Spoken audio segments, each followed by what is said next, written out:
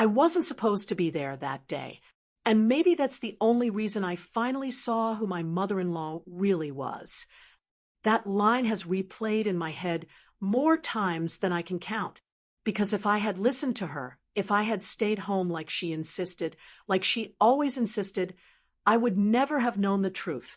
I would never have seen her sitting in that waiting area, wearing my blazer, holding my resume, introducing herself with my full name, and smiling politely at the receptionist as if she had every right to be there. But let me not run too far ahead. Let me take you back to where it all began, long before the lies, the sabotage, and the day I caught her pretending to be me. Back when I still believed she loved me. Back when I still believed she wanted the best for me. Back when I still called her mom.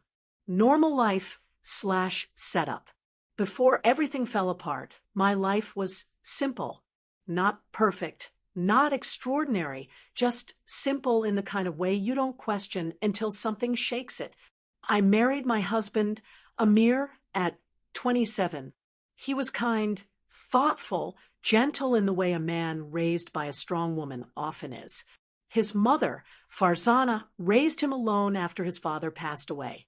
And because of that, Amir loved her with an unshakable loyalty. And honestly, I admired that about him.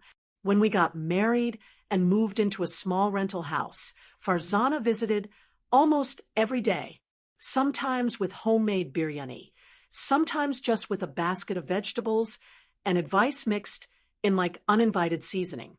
You're too thin, Beta. Eat more. You should sleep earlier. You should wear your dupatta like this.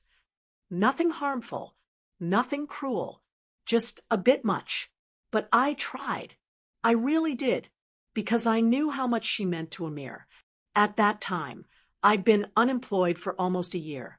I had quit my old job after the company downsized, and with the wedding, the move, and settling into married life, I hadn't managed to secure something new. It bothered me. Not because of money, we were doing okay, but because I wanted something of my own. A place where my name meant something. A place where I wasn't just a wife or a daughter-in-law. Every time I opened my laptop to apply for positions, I felt a small spark ignite inside me. And every time, Farzana had the same reaction. Why don't you rest a while? You've been working for years. Enjoy your home. These jobs, they take your peace. Or, Amir earns well. Beta, you don't need to stress yourself. Or, you can try later. Right now, focus on the house. At first, I thought she was simply being protective, caring even. But slowly, it began to feel like a pattern. Every time I mentioned an interview, she'd find a way to convince me not to go. Every time I got a call back, something urgent suddenly happened at home. One time, she even arrived unannounced on the morning of an interview, holding her chest dramatically and saying she felt dizzy. And of course, I stayed home to take care of her. Later that evening, I found her in the kitchen texting on her phone, laughing at something perfectly fine. But I brushed it off, because that's what we do sometimes, isn't it? We ignore small discomforts to keep the peace, especially when it comes to in-laws, and especially when it comes to a woman who raised the man we love. The first small suspicion. I remember the day the first real doubt appeared. It was a Thursday morning, warm and sticky, the kind of day where the curtains don't quite stop the sun from pressing into the house. I had applied for a communications assistant position 2 weeks earlier and finally received an email inviting me for an interview. The moment I told Amir, he hugged me, kissed my forehead, and said, "I'm proud of you." But when his mother heard about it, her face changed, just for a second. A flicker, like someone had switched off a light behind her eyes. Then she smiled. "Oh, that's wonderful, Beta. But Thursday? I have my doctor's appointment. Amir is busy that morning. Who will go with me?" "I could book it another day for you," I offered gently. No, These appointments are hard to get, but I can't miss this interview. Her smile tightened. Jobs come and go. Health is more important. Her tone was final, soft but heavy. I told her I couldn't skip the interview, and she nodded, lips pressed into a thin line. That night, I lay awake next to a mirror, staring at the ceiling, feeling something I couldn't name. Something uneasy. Something sharp. The next morning, I received an email from the company. We regret to inform you that the position has been filled. Just like that. Canceled. Gone. It didn't feel right. So I checked the email thread. My heart stopped. There was a sent email I didn't recognize. One I definitely didn't write. An email from me withdrawing my application. And attached to it was a reason. Due to personal commitments, I'm no longer available for this role. Personal commitments. I sat frozen, staring at the screen. My palms were cold. My throat thick. I didn't know what to think. I didn't want to accuse anyone. I didn't even want to imagine what this could mean. So once again, I brushed it off. Maybe it was a glitch. Maybe someone messed up. Maybe, but in my heart, something fragile cracked. The day everything changed. 2 weeks later, I received a call for another interview, this time for a reputable NGO I dreamed of working with for years. I didn't tell my mother-in-law this time. I learned.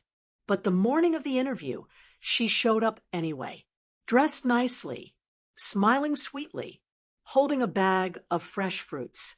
Beta, come help me cut these. We'll make fruit chaat together. I have to go somewhere. Where? Her tone wasn't curious. It was sharp. Just out. A few errands. Oh. She nodded slowly, eyes narrowing in a way that made my skin prickle. Take the bus. The car has some issue. But it was fine yesterday. Yes, but today something is wrong. I didn't argue.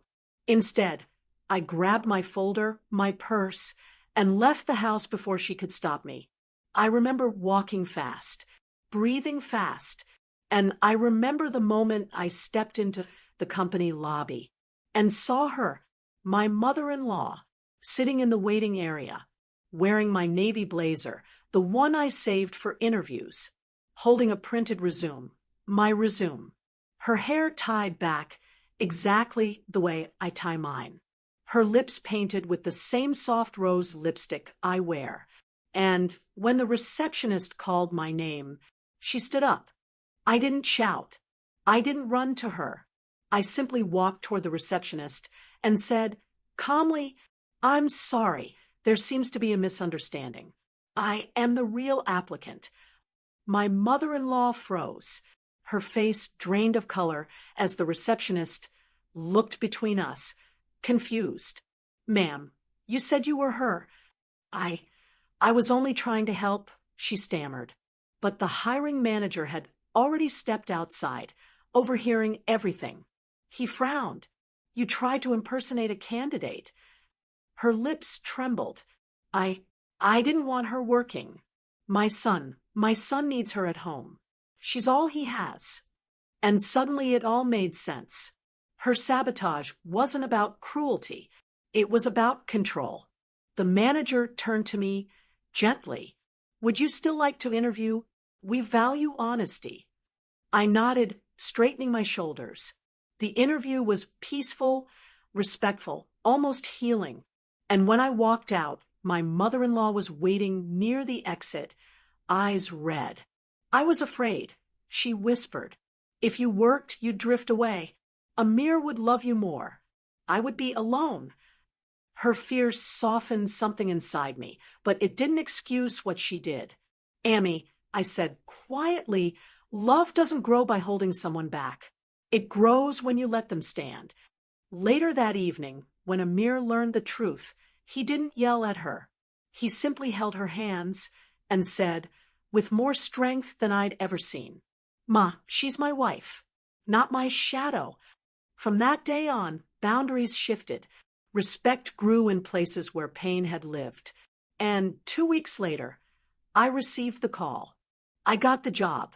Sometimes life pushes you through a doorway you didn't want to open, just to show you who you are meant to become.